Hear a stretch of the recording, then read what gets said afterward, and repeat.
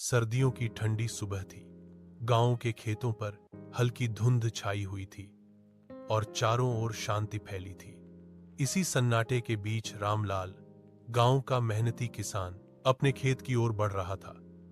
सिर पर ऊनी टोपी, हाथ में दरांती और पीठ पर एक बोरी। यही उसका साथी था इस मौसम में। रामलाल के खेत में गेहूं और सरसों की फसल लहलहा रही थी। उसने कई हफ्ते पहले बुवाई की थी और अब पौधे धीरे धीरे हरे कालीन की तरह फैल रहे थे।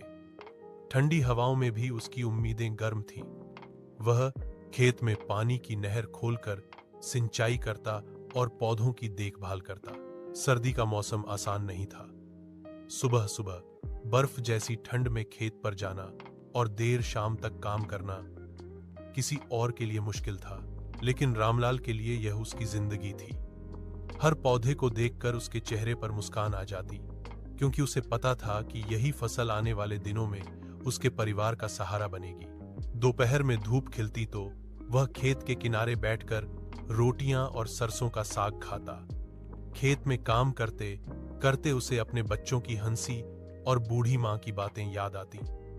उसकी मेहनत सिर्फ पेट भरने के लिए नहीं थी, बल्कि पूरे परिवार की खुशियों के लिए थी।